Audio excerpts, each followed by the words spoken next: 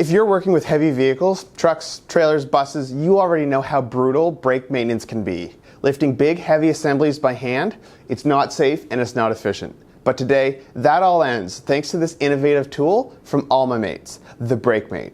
This tool is an elevated service platform that's been purpose-built to make air disc brake jobs faster, safer, and a whole lot easier.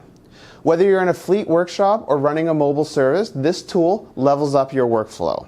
Let's break it down. First up, and most importantly, the ergonomics. The BrakeMate lifts the whole brake assembly right up to your working height, from anywhere from 14 to 40 inches. That means no more hunching over, no more straining your back. One tech can now do the job solo and safely. Whether you're replacing rotors, seals, hubs, or bearings, it keeps everything at the perfect working level. That's good for your body and your bottom line. BrakeMate isn't just a one-trick pony either. It's modular. Add the DrumMate attachment and now you've got a drum brake solution in under a minute. Or use the HR splitter mate with 30 tons of hydraulic force to separate those nasty seized hubs and rotors.